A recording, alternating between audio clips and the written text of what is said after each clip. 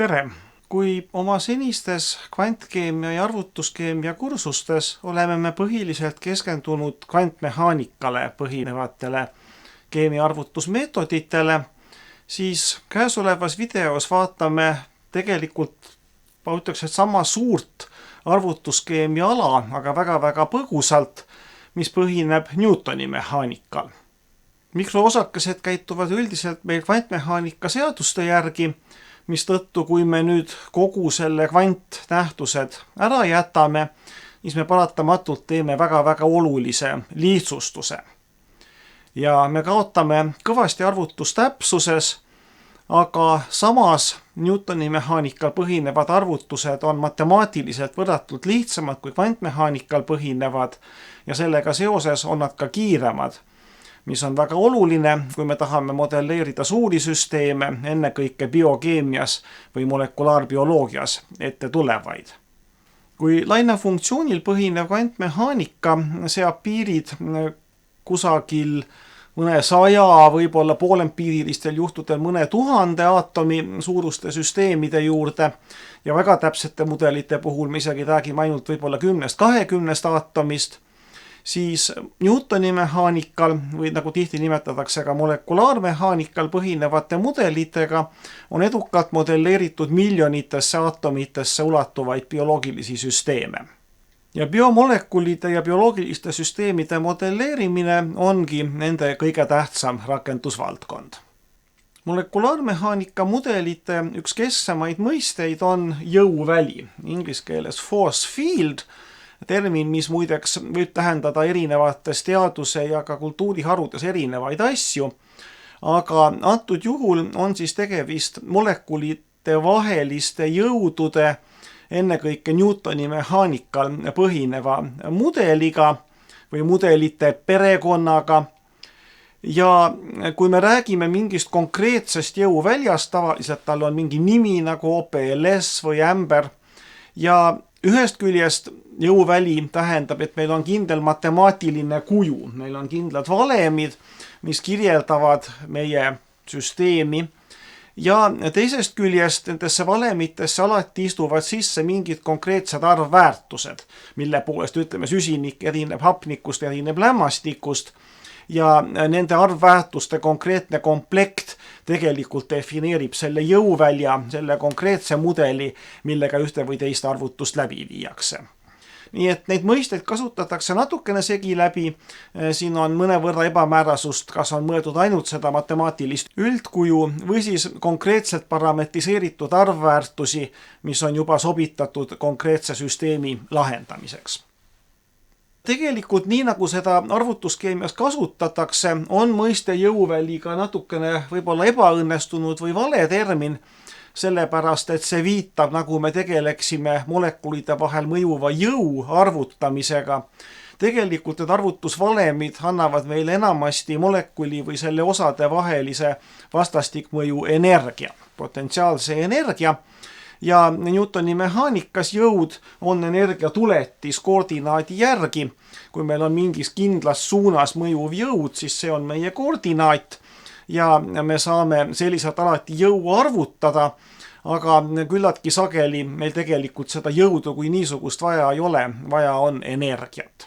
Jõudu läheb vaja ennekõike siis, kui me tahame teada, kuidas süsteem ajas muutub, siis me tõesti arvutame, millises suunas jõud mõjub antud aatomile, antud molekuli osale ja sellest lähtudes ka tihti arvutatakse süsteemi dünaamikas, muudetakse aatomite koordinaate lähtudes nendele mõjuvast jõust. Nii et siinkohal on see jõuvälja mõiste võib-olla isegi õigustatud. Erinevaid jõuvälju ja veelgi enam nende erinevaid arvväärtuste parametrisatsioone on välja töötatud väga-väga palju, tõenäoliselt tuhandeid. Ja kui me räägime jõuväljadest, siis esimene asi ongi küsimus, millised jõud, millised vastastikmõjud sinna mudelisse on kaasatud ja üldiselt tuleb vaadata, mida meil siis on tarvis konkreetse ülesande lahendamiseks.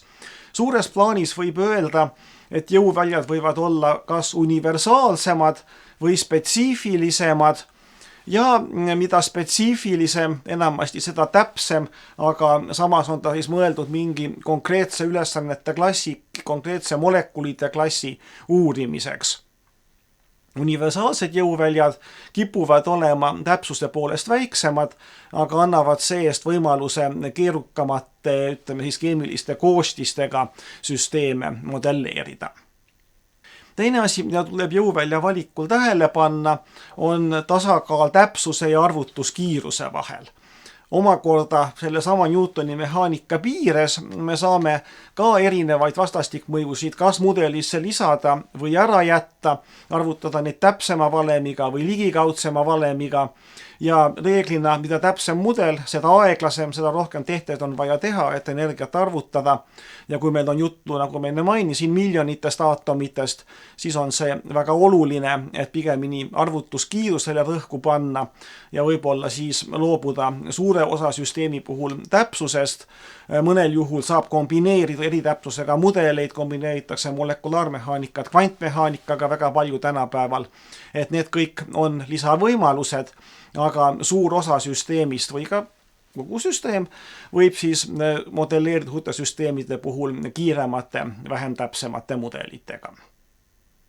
Universaalsuse spetsiifilisuse skaalal tasub veel tähele panna, et universaalsed jõuväljad tüüpiliselt nendel on parametriseeritud palju elemente, on suhteliselt väike arv jõuvälju, mis kõigi mitteradioaktiivsete elementide jaoks omavad parameetreid ja samuti saab neid siis kombineerida kõikvõimalikesse erinevatesse geomeetriatesse. Nagu ma ütlesin, tihti universaalsuse tõttu kannatab täpsus. Mida spetsiifilisemaks me läheme, seda väiksemaks muutub parametriseeritud elementide ring ja see võib olla siis konkreetsete ühendite või ühendiosade jaoks, näiteks biomolekulide jaoks on väga-väga palju jõuvälju, kus on parametriseeritud ainult siis aminohapped, nukleiinhapped, võib-olla veel mõned bioloogias olulised molekuliklassid. Ja samuti on terve hulk jõuvälju, mis ongi loodud ühe konkreetse aine arvutamiseks, nagu näiteks vesi. Vesi on meil oluline lahusti ja vee arvutamiseks on loodud kümneid ja kümneid spetsiifiliselt ainult selle aine jaoks jõuvälju. Rääkides täpsuse arvutuskiiruse teljest või skaalast, täpsemad mudelid reeglina tähendavad seda, et selle matemaatiline kuju, need jõud, need aspektid, mida arvesse võetakse, on võib-olla keerulisemate funktsioonidega arvesse võetud või on mingeid muid lisaaspekte sisse toodud, mis muidugi arvutuskiirusele hästi ei mõju. Ja samuti, nagu juba enne öeldud, täpsemad jõuväljad reeglina on piiratuma kasutusalaga, on parametriseeritud kindla molekulide klassi või kindlate ühendite jaoks.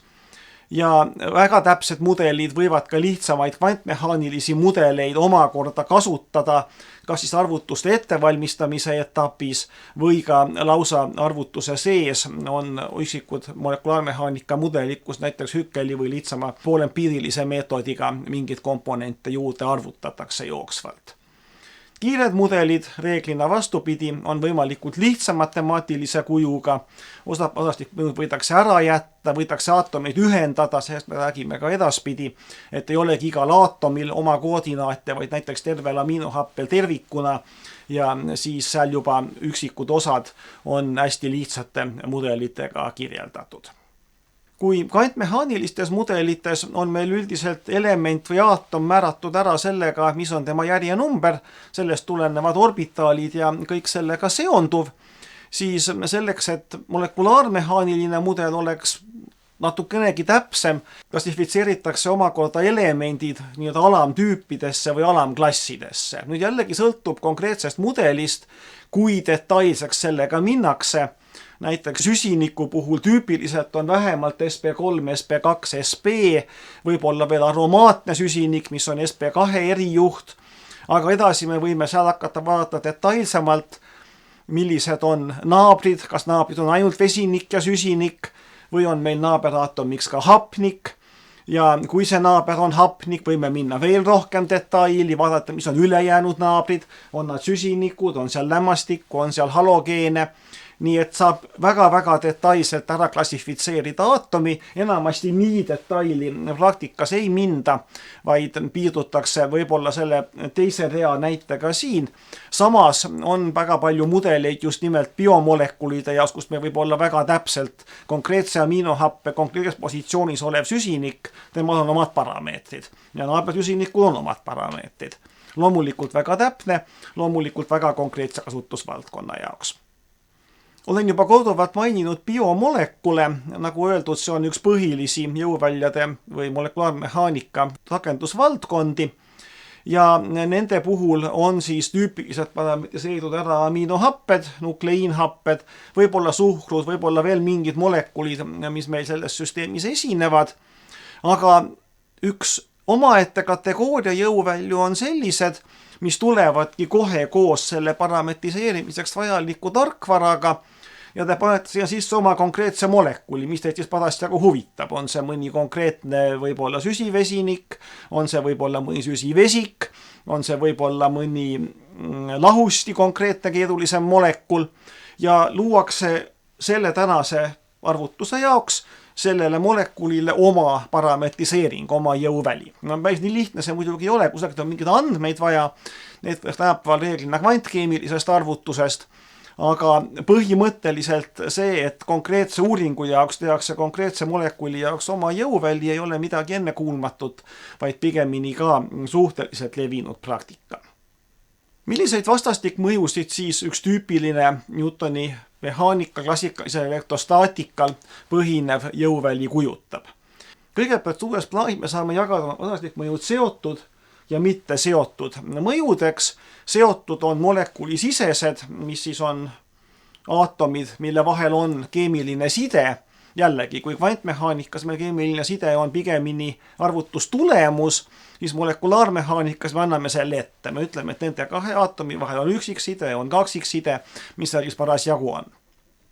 Ja siis on meil mitte seotud ehk molekulide vahelised jõud, tegelikult nad mõjuvad kõigi aatomite vahel, ka sama suure molekuli eri otsades võivad kokku puutuda ruumis ja siis on meil samamoodi mitte seotud jõududega tegemist. Tegelikult nad enamasti mudelites pannakse kõigi aatomipaaride vahele, aga seotud jõud on tugevamad ja hoiavad meie molekuli koos.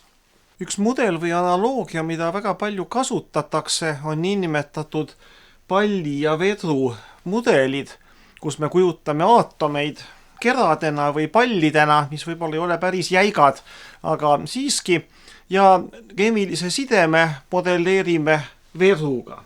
Miks vedruga? Sellepärast, et keemiline side on natukene deformeeritav, ta on ka palju deformeeritav, siis läheb side katki, toimub keemiline reaktsioon, aga kui deformatsioon jääb nii-öelda mõistlikkuse piiresse, siis me saame analoogia põhjal vedru venitamise, vedru pikkuse muutumisega kasutada ka vastavat mudelit, keemilise sideme väga primitiivset mudelit ja me kasutame siin klassikalisest mehaanikast pärit Hooke'i seadust, mis väidab, et jõud, mis on vajalik vedru kas siis pikendamiseks või lühendamiseks võrreldes tema tasakaalu asendiga, see jõud on proportsionaalne selle deformatsiooni vastavalt venitamise või kokkusurumise ulatusega ja miinusmärgiga, sellepärast, et kui me surume kokku, siis jõud vastupidi üritab seda vastu töötada ja venitamisele samamoodi.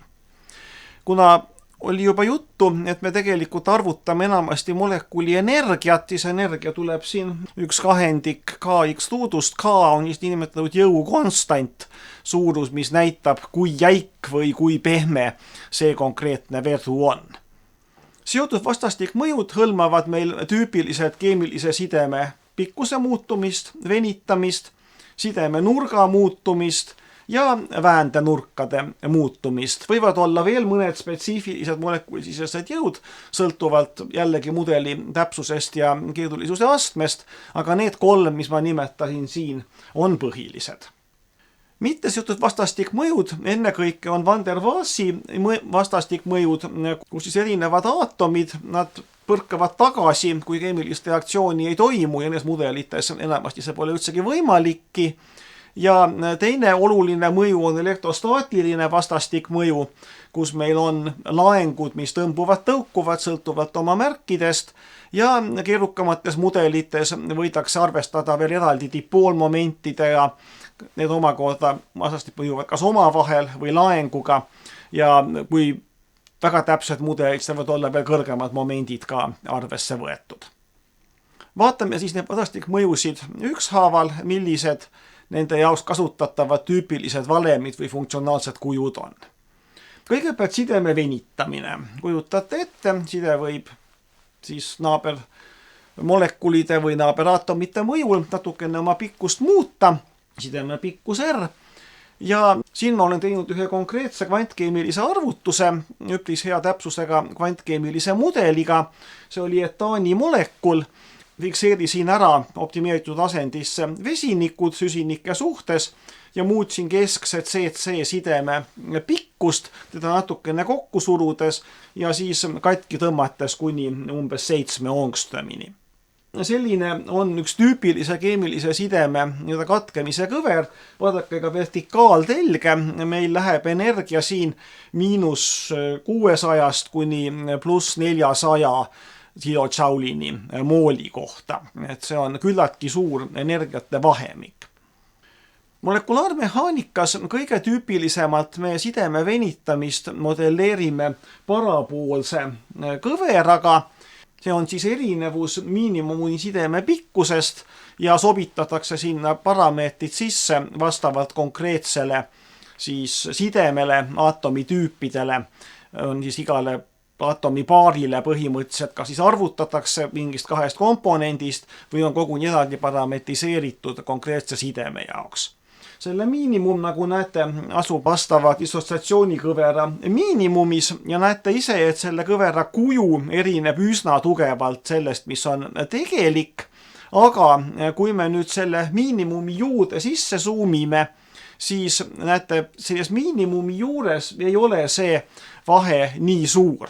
Need kõverad suhteliselt hästi kattuvad ja kuna enamasti me sideme pikkused väga palju ei muutu, näete, siin on meil nüüd vertikaaltelg on kusagil 15 kilojouli mooli kohta ja samuti sideme pikkused selle juures kusagil 1,5–1,6 ångströmit, siis siin meil ei ole see erinevus tegelikust kõverast nii oluline ja sellise valemiga on hea lihtne kiire arvutada ja see võimaldab väga suurt hulka sidemete pikkusi nendele vastavaid energiaid kiiresti modelleerida. Nüüd, kui me ikkagi tahame seda kõverat kirjeldada realistlikumalt, näiteks on meil oluline, et sidega katkeks korrektselt, siis on kasutusel näiteks selline funktsioon nagu Morse potentsiaal. Ma sobitasin siin natukene neid parameetreid ja olin isegi üllatunud, kui hästi see oranž kõver katab meie sinise joone, peaaegu ei olegi tema alt teist näha. See funktsioon sisaldab meil eksponentsiaalset osa, sisaldab ruutu, see teeb tema arvutuse ajamahukamaks.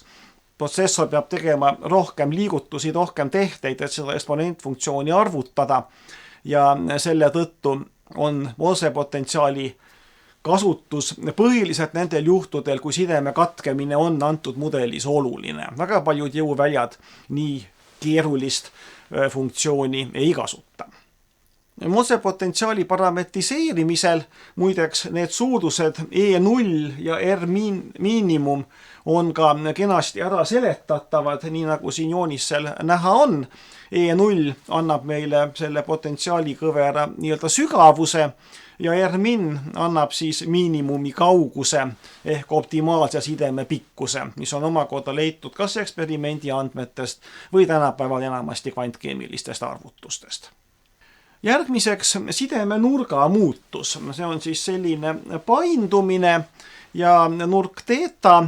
Üldiselt sideme nurga muutumisel samuti, mul siin kõverat ei ole, aga see funktsionaalne kuju, mida enamasti kasutatakse, on analoogne. Meil on mingi teeta 0, mingi ideaalne nurk, mis on antud hübritisatsiooniga aatomide iseloomulik ja sellest kõrvale kalle, selle kõrvale kalde ruut korrutatuna mingi sobiva koefitsiendi A annab meile siis energia, kui palju see painutamine nüüd mõjutab meie molekuli energiat. Järgmiseks väändenurgad. Väändenurk on siis see pööramine, torsioon on ka üks mõiste, mida siinkohal palju kasutatakse. Ja väändenurga puhul on meil sellised iseloomulikud kõverad, kus me saame põhimõtteliselt ju teha täisringi ära oma sideme ümber. Ja siin on mul üks valmis joonis Vikipeediast, mis iseloomustab, kuidasmoodi need tüüpiliselt välja näevad. Tavaliselt on mingi miinimum, siis on kas on sama sügavad või natukene erinevad miinimumid ja nende vahel maksimumid. Ja näete ise, et ta meenutab natukene siinus või koossinus kõverat, selliste lainetega saab üsna hästi modelleerida. Ja praktikas kasutataksegi enamasti trigonomeetrilist funktsiooni. Siin on mul näide koossinusfunktsiooniga. Jällegi phi 0 on optimaalne väändenurk. Ja nüüd me peame arvestama, et kui meil on näiteks sp3 süsinik, meil on 3 maksimumi ja 3 miinimumi selle täisringi peal. Kui meil on sp2 ehk kaksikside, seda küll enamasti me täisringi ideaalselt ära ei keera, aga funktsionaalne kuju on analoogne ja siis on meil 2 maksimumi täisringi kohta. Siin on mul koossinusfunktsiooni näited, 1 pluss koossinust hakkab nullist pihta ja selline teeb siis täisringi peale 1 maksimumi.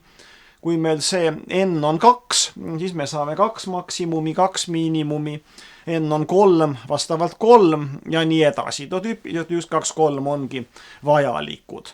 Et siin on kõik väga ühe graafiku peal koos, et saame siis nendest omakorda mingi summa kombineerida, kui meil on keerukamad juhtumid, ühe pool on sp3, teise pool on sp2, siis nendest saab ka kombineerida sobiva potentsiaalse energia kõvera. Edasi mitte seotud vastastikmõjud. Ennekõike siis keemiliselt mitte reageerivate või mitte seotud aatomite tõukumine ja elektrostaatika. Siin ma arvutasin samuti korraliku kvantkeemiaga 2 argooniaatomi, 2 väärisgaasiaatomit, nende tõukumise kõvera. Näete, kuni umbes 4 angstomini nad praktiliselt ei tunnetagi üksteist ja siis hakkab see üsna kiiresti tõusma. Joonistasin selle kõvera nii, et ta on umbes 100 kilotšauli peal, aga ta läheb üha jääsemalt ja jääsemalt ülesse. Aatomid on sellised võib-olla nagu veidikene pehmed, aga siiski pallid, mis põrkavad üksteisest tagasi. Kui me nüüd zoomime sisse siin all sellesse kohta, kus see kõver just tõusma hakkab, siis selgub, et enne seda on tal väikene miinimum. Meil on kerge tõmbejõud, see on üsna nõrk, aga siiski oluline, võib-olla mõne teise aatomi puhul on ta suurem kui argooni puhul. Näete, kui me vaatame nüüd vertikaaltelge, me oleme sisse zoominud kogu see joonis ülevalt alla on 1 kilotšaul mooli kohta. Ja selle väikese süvendi sügavus on ainult 0,2 kilotšauli. Tundub väga väike efekt, aga ometigi jõuväljad sellega arvestavad. Kõige tüüpilisem valem, mida siinkohal kasutatakse, on niinimetatud Lennard-Jonesi potentsiaal. See on juba suurusjärgus 100 aastat tagasi välja töötatud, kus meil on kauguse 12 aste ja 6 aste. Kui 6 aste on füüsikaliselt ka põhjendatud ära, miks seal just see 6 peab olema, siis 12 selle tõukumise osa peale pandi lihtsalt sellepärast, et 6 aste ruudus on 12, seda on hea kiire arvutada. Siin on mul siis oranži kõveraga taas ka vastav potentsiaal, näete, see nii hästi kokku ei lange kvantkeemiaga arvutatuna, aga siiski ligikaudu ta seda efekti kirjeldab. Ja jällegi siin on tüüpilised epsiloni ja sigmaga tähistatud suurused. Epsilon antud juhul on siis taas selle potentsiaali sügavus, aga sigma ei ole nüüd mitte selle kõige sügavama punkti asukoht, vaid on 0 punkti selle koha, kus energia saab uuesti nulliks vastav aatomite vaheline kaugus. Nii on omal ajal defineeritud ja sellisena ta tavaliselt kasutusel. Teine oluline vastastikmõju, mis tegelikult mõjub nii seotud, aga eriti ka mitte seotud aatomite vahel, on elektrostaatika. Me siin lähtume tavaliselt mudelist, et aatomid on laeng. Kvantkeemiast me teame, et tegelikult aatomi laeng ei olegi nii lihtsalt tuvastatav ja määratletav. Keerukamates mudelites võivad meil olla ka veel ka dipoolmomentide nii-öelda mõjud või efektid arvesse võetud. Ja elektrostaatikat arvutatakse tavaliselt Coulomb'i seadusega. Siin on meil vastavad aatomilaengud ja aatomite vaheline kaugus R. Ja põhiline probleem on, kust me need laengud võtame. Selleks on tihti omakorda vaja teha täiendavaid eeldusi või oletusi. Räägime sellest mõne hetke pärast pikemalt. On olemas üks suur klass või kategooria jõuvälju, mida nimetatakse polariseeritavateks, kus tüüpiliselt on aatomitel või vähemalt tervikmolekulil lisaks laengule ka dipoolmomendi vektor, mis siis näiteks naabermolekulide mõjul võib minna suuremaks või väiksemaks. Need nimetatakse siis polariseeritavateks jõuväljadeks ja taaskord selline mudel tõstab arvutuse täpsust, aga samas teeb arvutust mahukamaks. Polariseeritavaid jõuvälju kasutatakse ainult siis, kui tõepoolest on suhteliselt suur täpsus oluline. Aatomilaengute arvutamiseks on ka mitmesuguseid erinevaid meetodeid.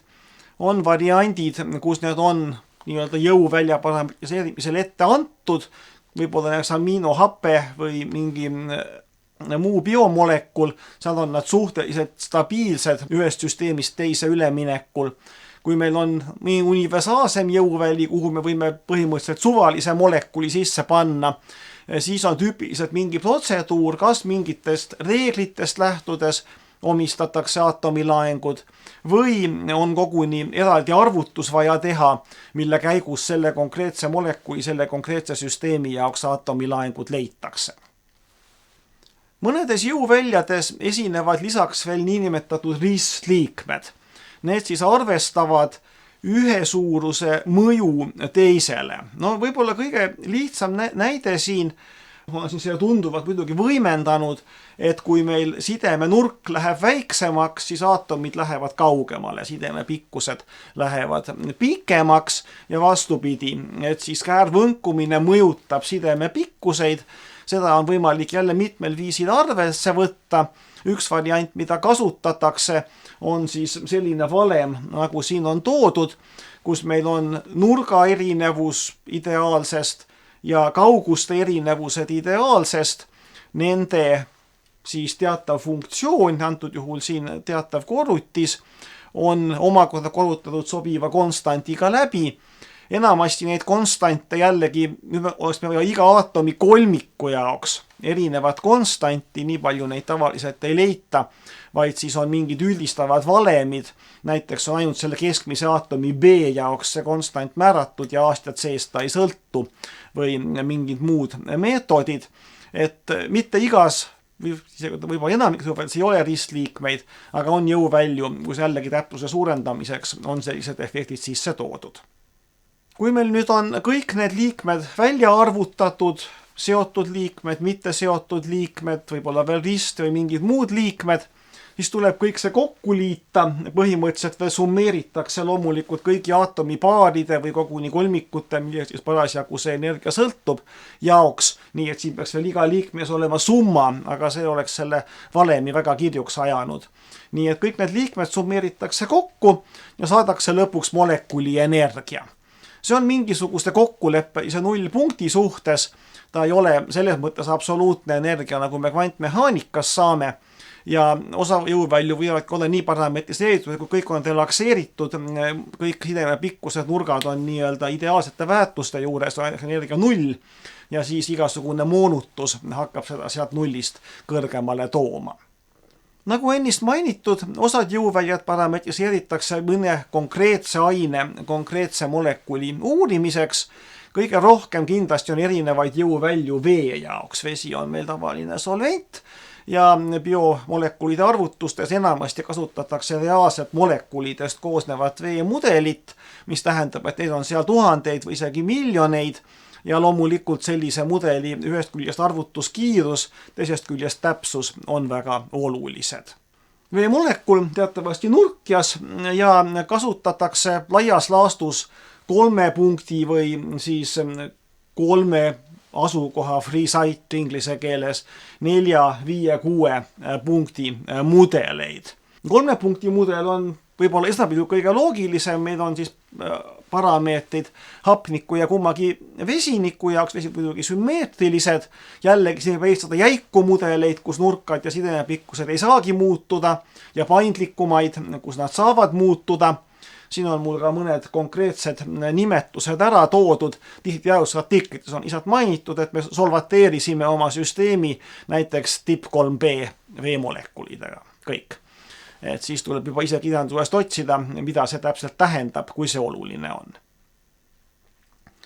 Mõnevõrra täpsemad veemolekulid on sellised, mis on nii-öelda 4 punkti või 4 asukohaga, kus pannakse sinna hapnikust vesinike poole vahele, siin on ta M-tähega tähistatud, üks täiendav nii-öelda punkt, kus on omakorda siis laeng, mis võib tõmbuda teiste veemolekulide vastavate ja muidugi hapniku ja vesiniku ja kogu mudeli ülejäänud aatomitega. Ja need on mõnevõrra täpsemad ja nad annavad dipoolmomenti täpsemalt edasi. Jällegi siin mitmed konkreetsed näited. Siis 5 punkti mudelid, kus kohas on meil elektronipaarid, näete seal üleval pool eraldi ära kirjeldatud L sõnast lone pair. ST2 on üks väga levinud veemudel. Ja lõpuks on meil ka 6 punkti mudelid. Nende kohta mul head näidet ei ole, aga need kombineerivad 4 ja 5 punkti, need nii-öelda lisandused ühte mudelisse. Veel üks jõuväljade või molekulaarmehaanika mudelite klass, mida tasub teada, on niinimetatud jämedateralised mudelid, inglise keeles siis coarse-grained models, kus see üksus, see kõige väiksem üksus, millega opereeritakse, ei ole mitte aatom, vaid mingi aatomite grupp. No näiteks aminohappe. Me võtame terve aminohappe ja iseloomustame teda mingi punktide kogumina, võib-olla on seal ainult 3, 4, 5 punkti, võib-olla seal on mingi dipoolmoment ja veel mingid efektid. Sõltub jällegi väga palju sellest, kuidas moodi konkreetne mudel on üles ehitatud, aga üksikaatomeid sellisel juhul ei ole. Samamoodi siis lipiidide jaoks, süsivesinike jaoks, vee jaoks, selline jäik 3 punkti mudel võib ka mingis mõttes võtta, et on siia klassi kuuluv. Kui me ka kirjeldame aatomeid, siis vahel on niinimetatud ühendatud aatomite mudelid kasutusel, kus meil on küll näiteks hapnik ja süsinik, aga süsiniku küljes olevad vesinikud nii-öelda ühendatakse selle mudeli sisse, siis on meil süsinikul võib-olla paar interaktsiooni ja paar parameetrit rohkem, aga neid seotud vesinikke, nende koordinaatidega ei pea eraldi opereerima, vahekaugustega ei pea eraldi opereerima. Jällegi, see teeb selle mudeli vähem täpsemaks, aga kiiremaks. Need on kogu aeg need valikukohad siin. Nagu ma ütlesin, jõuvälju on töötatud välja tuhandeid ja mõned neist on saanud populaarseks, nii nagu ka kvantkeemia mudelite puhul. Ja siin järgnevalt mõned populaarsemad näited suhteliselt suvalises järjekorras. OPLS, muide kõigil nendel lühenditel on ka mingisugused sõnad taga, aga enamasti keegi neid ei mäleta ja kasutatakse neid samu lühendeid. OPLS jõuväljast kohe ongi 2 varianti, on all atoms AA ja united atoms UA. United Atomsi puhul siis ennekõike vesinikud on ühendatud ära või pandud ühte mudeli ossa kokku vastava süsinikuga või ka võib-olla ka hapnikuga. Parametriseeritud on ta orgaanilise keemia jaoks põhilised elemendid, süsinik, vesinik, hapnik, lämmastik ja sealt võib-olla veel riburada edasi, mis orgaanilises keemias rohkem esile tulevad. Ja mis on oluline, ta on parametriseeritud eksperimendi andmete pealt, selleks, et nad hästi modelleeriksid vedelikke ja gaase tegelikke füüsikalisi omadusi. OPLS jällegi on järk-järgult arendatud, ta pärineb kusagilt eelmine sajandi 80-ndatest või 90-ndatest aastatest ja näiteks on OPLS-is olemas aminohapete siis biokeemias olulist aminohapete, iga aatomi jaoks eraldi parameetrid, nii et nende modelleerimine on tunduvalt täpsem kui nii-öelda geneerilise mingi orgaanilise molekuli modelleerimine. Teine väga palju kasutatav jõuväli, võib-olla isegi tundub, et kui kirjandust vaadata, üks võib-olla kõige enim kasutatavaid on siis ämber, ka juba eelmisest sajandist pärit mudel, töötati välja spetsiifiliselt biomolekulide, nende komponentide jaoks ja jällegi seda on arendatud, laiendatud, temast on erinevaid parametrisatsioone. Võib-olla üks olulisem hargnenud areng siin on GAFF, General Amber Force Field, mis ongi mõeldud just väikeste orgaaniliste molekulide jaoks, mitte nii palju siis biokeemia tarbeks. Ja ämber on üks selliseid mudeleid, kus konkreetset arvutust läbi viima hakates saab veel natukene kohendada neid parameetreid, selleks on olemas terved tarkvarad ja protseduurid. Mõnel juhul saab aatomi laengud sinna veel juurde arvutada või neid jällegi kohendada, et on selline eeltöötluse etapp, enne kui konkreetse arvutuse juurde minnakse. Ja see muidugi suurendab arvutuse täpsust. Veel üks väga levinud mudel on CHARMM. Jällegi see töötati ka omal ajal välja aminohapete ja biomolekulide jaoks ja võib-olla selle üks eripärasid on funktsionaalses kujus. Kui meil rääkisime sideme pikkusest, nurgast ja väändenurgast, siis seal on veel üks täiendav liige, nimetatud 4-aatomiline liige, kui palju aatom on ülejäänud 3 aatomi tasapinnast väljas. See jällegi suurendab täpsust, muidugi mõningase jällegi täiendava arvutusajakulu arvelt. Ja CHARMMist näiteks on olemas ka polariseeritav versioon, kus siis arvutuse vältel nii-öelda reaalajas kogu aeg molekulide dipoolmoment muutub ja see siis jällegi, nagu ikka jälle, on teatav valikukoht. Kas me võtame seda arvesse, saame täpsema tulemuse, kulutame rohkem arvutusaega. Suurte molekulide puhul tihti need on väga olulised valikud. Võib-olla mingis mõttes teine äärmus jõuväljade juures on UFF, Universal Force Field, mis on spetsiaalselt parametriseeritud enamike elementide jaoks. Seal ei ole vist päris neid radioaktiivseid elemente, aga enam-vähem kõik muu on olemas. Tänu sellele on ta hästi universaalne, temaga saab arvutada ka anorgaanilisi aineid, aga samas, kuna aatomitüüpe on vähe, paljude elementide jaoks ongi ainult üks aatomitüüp olemas, mis tähendaks, et süsinikku vist on seal rohkem.